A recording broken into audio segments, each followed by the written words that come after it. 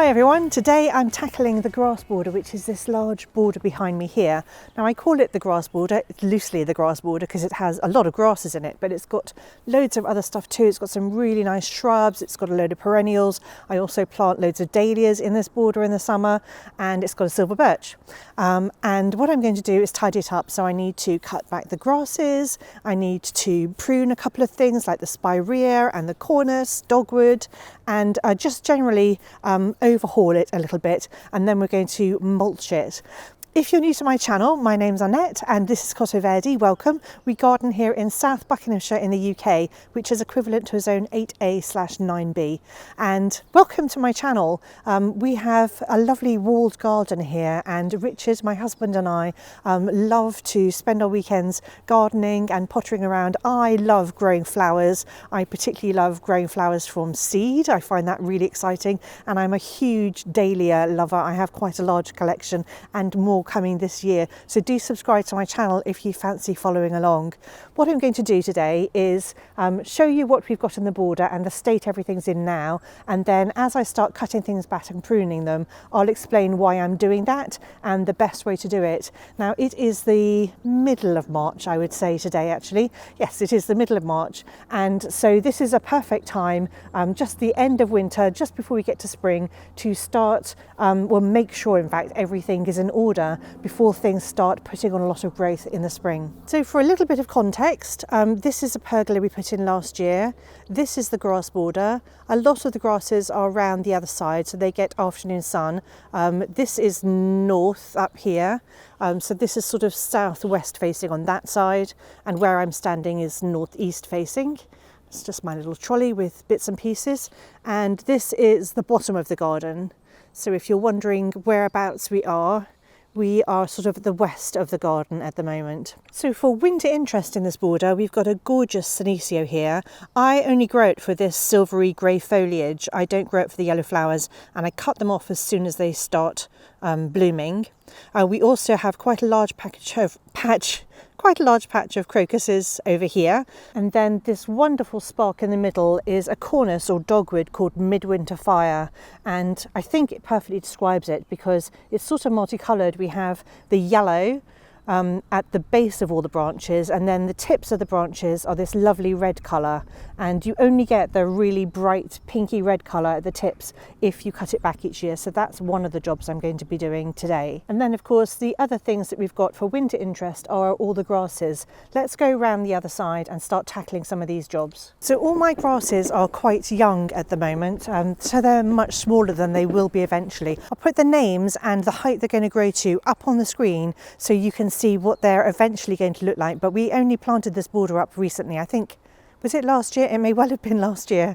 But what I'm going to do with deciduous grasses, we cut them right back, and it is kind of best to do it before the growth starts, the new growth starts for the year. And I can see there's a lot of new green growth at the base of these plants. So it really is time to cut these back. The thing is, if it starts growing too tall, the new growth for this year starts growing too tall, and then you cut it back, you run the risk of nipping off those beautiful new green shoots, and they don't recover from that. I mean, they'll still grow, but they'll always look like they've had, you know, the top snipped off them, which they have. So I can only prune down, you know, to the height of those new green shoots, whereas if I'd come out here maybe a week or two ago and done this, I would have been able to cut back much lower. But it's fine. I mean, they're about an inch. How tall are they? Maybe an inch and a half tall. It's fine, it's not a big deal, but it is best to get it done before those new shoots get any longer. These grasses with the lovely curly tendrils, this is Mellica altissima, and it's going to grow to about 90 centimetres tall, 50 wide. So I've planted them, I've got 4 here actually, and I planted them fairly close together because I want them to make you know, one big swathe of these grasses, and I think they're going to look really cute. And I'm literally just grabbing all the dead stuff and cutting back to just above where I can see all the green shoots. So I don't want to nip off the top of any of those green shoots. I'm just going to do the same thing to all of them. Try not to stand on other plants.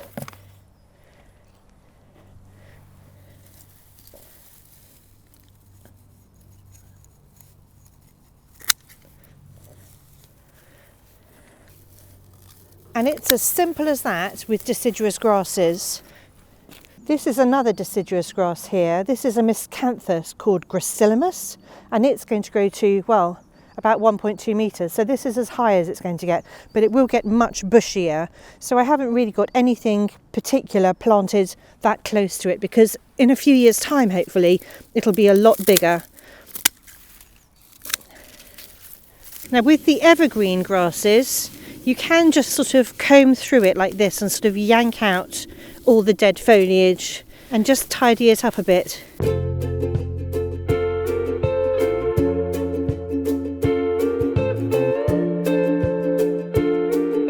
If you've been around a while, then you'll know how much I love my cats. We have 3 cats, and Max and Cosmo in particular, well in fact all 3 cats, love playing in the Stipa tenuissima that I planted here last year. Did have a lot of trouble actually in the beginning with the Stipa tenuissima because it got dug up, and I think it was by the birds who were trying to use, you know, this fluffy stuff as bedding in the spring. Someone said it might be the cats, but my cats don't normally dig up plants, so I don't think it was them trying to dig up the plants, but I could be wrong. Anyway, I replanted them and they all appear to have survived. What I'm going to do though might upset the cats because they like playing in it. I'm going to give this a hard cut back. Now you can just try and grab some of the dead foliage like I did with the other grass and yank it out, but actually with the Stipa tenuissima you can't comb it out that easily. It doesn't really clear it up. So I have read that if you cut it back quite hard, then it will grow back in a matter of months. It will just reshoot. So that's what I'm going to do. I'm going to cut them all back. I'm going to be brave. And I'm literally just going to grab it at the base and cut back.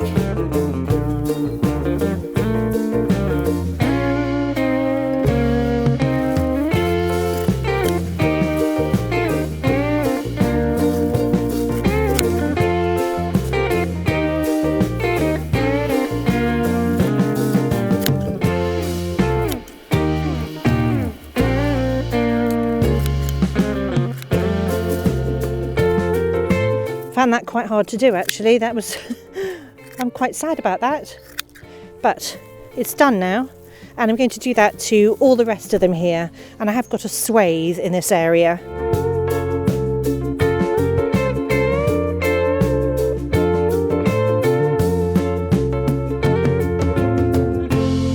The other thing that I have in this border, and some of you may feel that it's a really big mistake, is I have a Spiraea Douglasii, which is a rose spirea, which is a vigorous suckering shrub, but it has the most beautiful fluffy pink spires between May and July, and I think it's gorgeous, but it really does spread, and it spreads through suckers.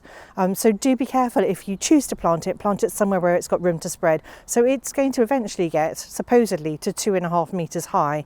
I don't think so. I mean, we've had this one for a few years. It's never got much beyond this, but it could get to 2.5 meters wide. It could just take over if you let it. But the thing with suckering shrubs is you can just pull out the bits you don't need. Now, I do want this to be slightly bigger than it was when we planted it. And we can see at the bottom here, these are suckers that grew from the original plant here.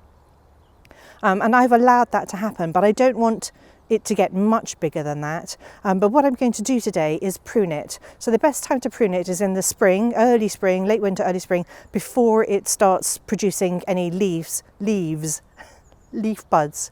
And we cut it back by 1/3. You could cut it back quite hard. I have seen people do that too, but I'm just going to cut it back by 1/3. I want just a nice fluffy mound here of pink spires. I also have another one that I transplanted over here. So this one was part of this bush, and I just put another one here. Now, the other thing about rose spirea or Spiraea Douglasii is that it likes to be in moist soil. This is not particularly moist soil, and it does like to be in full sun.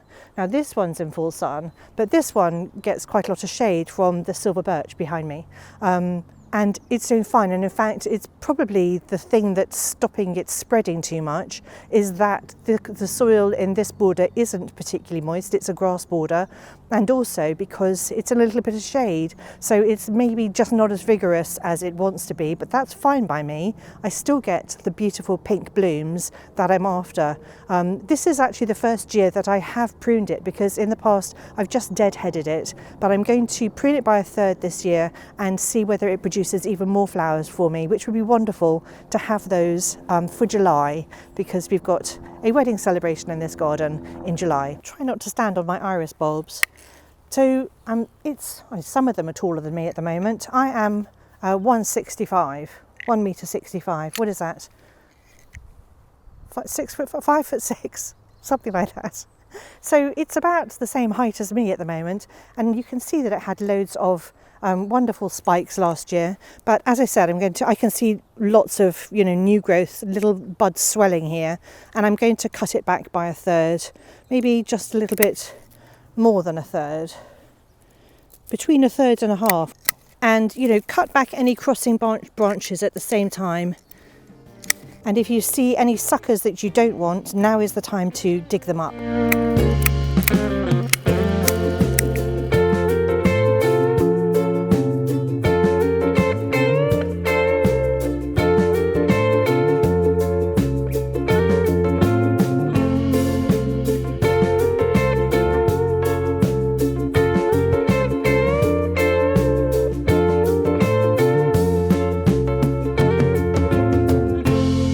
Also going to cut back this sanguisorba here. This is lilac squirrel, and I absolutely adore it. I can see new shoots forming at the bottom already, and I've got 2 plants here. Hopefully one day I'm going to be able to divide it and get even more plants. If you haven't come across sanguisorba lilac squirrel, it is the most fun plant. It's got just the most gorgeous fluffy pink plumes that sort of bend over and sway in the breeze, and it's just a really bright spark, but it's also so fun looking. I love it. Now the other thing that I'm cutting back today is going to make me quite sad, because it's this cornus or dogwood here, and it is just such a bright spark. I love it in the border, but we need to cut it back at this time because it's the new shoots that have all this colour, and as the shoots get older, so in these shoots next year are just going to be like a really dull colour. They're not going to be bright at all. So the way to make it produce more shoots is to cut it right back, like coppice it right down, and then you'll get exactly the same display next year. It will look like this sort of flame, this fireplace with the yellow at the bottom and the red at the top, and I think it's gorgeous. So I'm just going to cut off all of those stems. Now the other thing about it is that it spreads really easily through suckering, or layering, like if a branch touches the ground it will root, or you can just root the cuttings so easily. If you don't want it to spread, just yank out the bits you don't want. But I've got loads of cuttings actually, well not cuttings, bits that rooted that I've pulled out, and we're just going to plant them in other areas because I think it adds so much interest in the winter. It's invaluable. I love it, and I would like more than just one plant here, so we will be popping some more in another day, but today I'm just going to cut this back. So when you're cutting it back, cut it back to 1 or 2 buds. Take out anything that's crossing or you don't want there. Always cut back to something when you're pruning, that's my advice.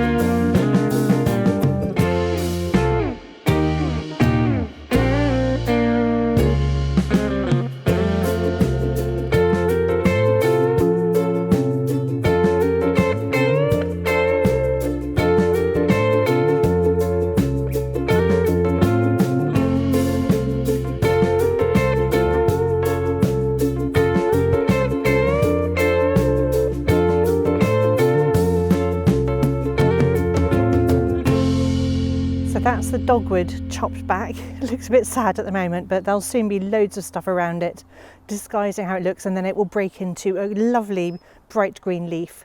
The other thing I'm going to tackle today is this Cottoverdi. Now I haven't pruned this before. In fact last year was the first year we had it in there. Cottoverdi can get really huge, but they have the most wonderful flowers, like a haze, a cloudy haze of flowers. And if we cut it back at this time, and if we cut it back quite hard, apparently it produces larger leaves as well, and it's this wonderful deep red colour, which I love. So I'm actually going to cut this back harder than I ordinarily would. I'm not just going to prune it. You can just prune it to shape if that's what you want to do, or not prune it at all if you want a really big bush, but I want it to be more vigorous, leaf out a lot more, and I'm interested to see how large the leaves will be if I cut it back quite hard. So I mean, it just sticks at the moment, but I'm going to cut that back. So I'm guessing cutting back quite hard involves, you know, going down quite low. I'm cutting back to a node.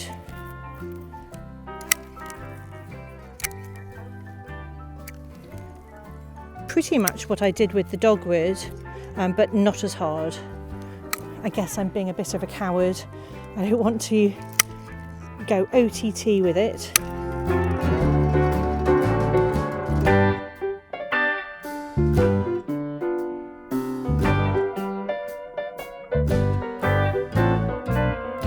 The other thing I'm cutting back today is the Hydrangea Annabelle that I have in this border. Now, if you cut the Hydrangea Annabelle back really hard to the ground, it's going to produce really big flowers. If you want smaller if you want smaller flowers, something maybe that's more manageable in a flower arrangement, then don't cut it back quite so hard. But cut back to a bud if you can, that would be really good. And this time of year, middle of March, you should be able to see, well, it depends which zone you're in, I suppose. I should be able to see where the new buds are forming. It should be quite simple for me to cut back to a bud. Now, just as with the cornus, if you would like to propagate your Hydrangea Annabelle, we can just simply take cuttings. So try and take them a pencil thickness, and if you're taking a cutting, you want to cut below two little buds like this, and cut that straight like that. So you've got two little buds here, and then cut above the next set of two little buds. And if you cut it on a slant, you'll know which way is up, but actually you can tell which way is up because of the way the buds are facing. So the buds will point upwards, generally speaking. And then again, I'll show you, but you can just put this into a pot of compost and grit, and in 4 to 6 months time this will have rooted, and you'll have loads of more Hydrangea Annabelle plants. So I suppose I'm cutting them back to about just under a foot, about 20-30 centimetres. If I wanted really big blooms, I'd cut it back to just a few inches above the ground, but I'm going for smaller blooms this year. The other thing I'm going to do while I'm here is I'm going to cut back Dusty Miller.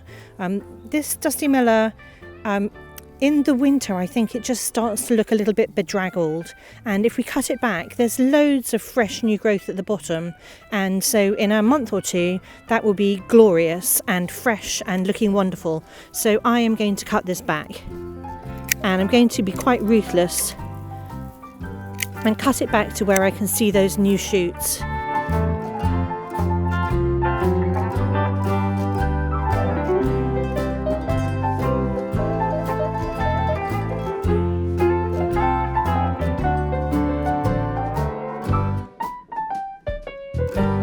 So here on this end of the pergola, near the Annabelle hydrangea, I've got a clematis called Guernsey Cream, and it's a clematis that my son gave me for Mother's Day last year, and I planted it quite late, so I think I only had like 1, maybe 2 flowers. I've got another one on the opposite side as well. He gave me both, which I think is wonderful. What a great present. But now is the time to cut back any clematis that is group 3. Not if it's group 1, so do your research first. But if it's group 3, then cut it back to a bud about 20 to 30 centimetres from ground level, and it will give you wonderful blooms. It is going to resprout. Don't worry about cutting off buds that are higher up on the stem. If you've got loads of buds forming like I have, you're not going to lose anything. Don't panic. So I'm just going to sort of untangle this a little bit and try and figure out where my stems are, because I want one going up each of these. So I want it, or at least one. I just want to make sure that I've got something going up each one. and I am going to tie it in to help it a little bit. So just with a little bit of garden twine.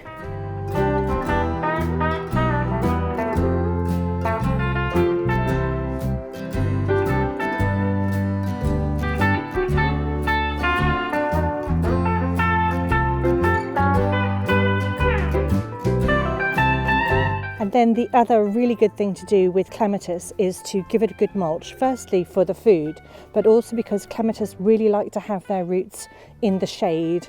So if you can shade it at all with other plants or with lots of mulch, just to keep the moisture in and the heat down, then that's really good for Clematis.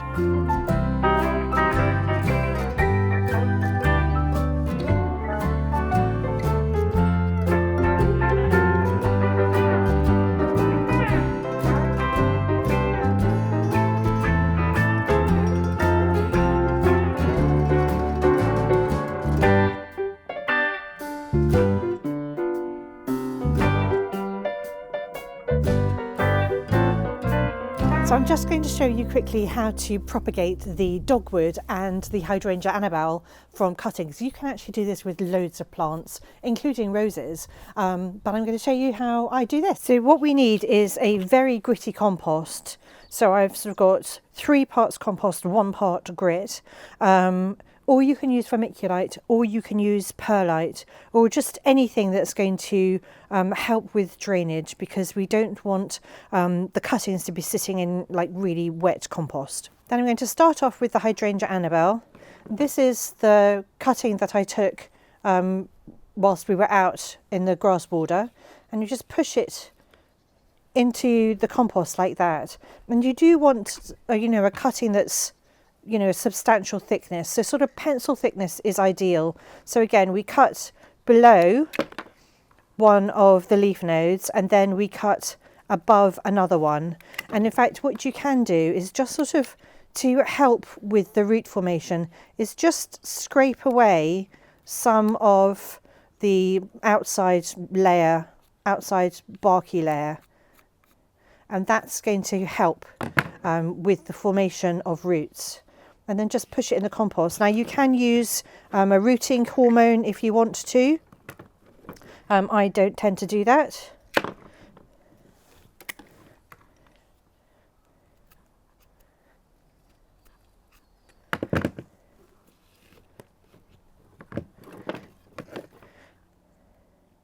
And you can take more than one cutting from one stem.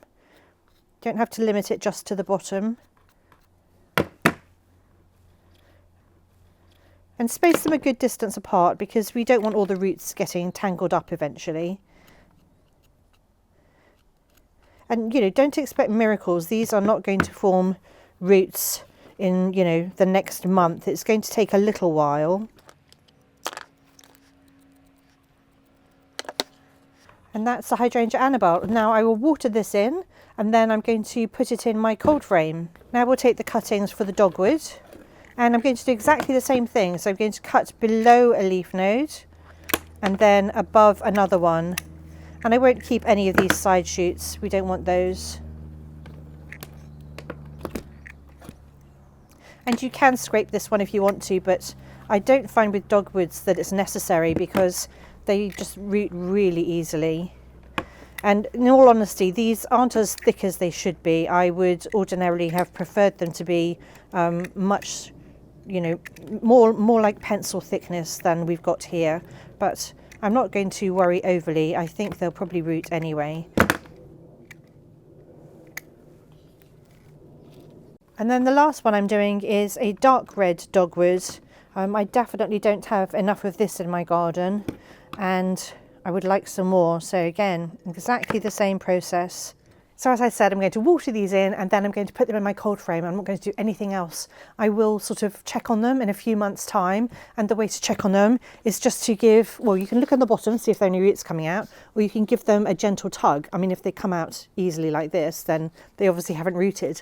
But in about 4 to 6 months' time, they'll definitely root. Now, just because you see shoots on them doesn't necessarily mean they formed roots. So don't assume because that you see leaves forming that they've got good strong roots, because that's not necessarily the case.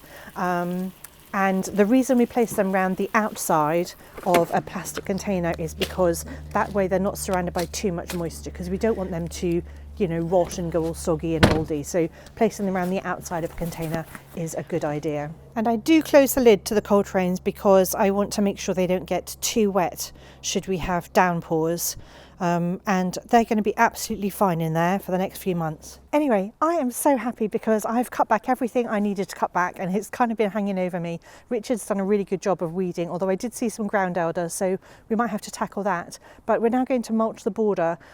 If you've got grasses and things like that don't want loads of nutrition, then don't mulch around the grasses. But we've got roses and lots of perennials and shrubs in this border, and the soil here, because it hasn't been mulched for so many years, is not in a particularly good state. So we really do need to give the things that we want to mulch, we need to mulch them. We need to add that structure and the nutrients into the soil. I will avoid mulching around the grasses. Anyway, I really hope you've had fun with me today as I tackled this border, and maybe it's inspired you to get outside even though it's really cold.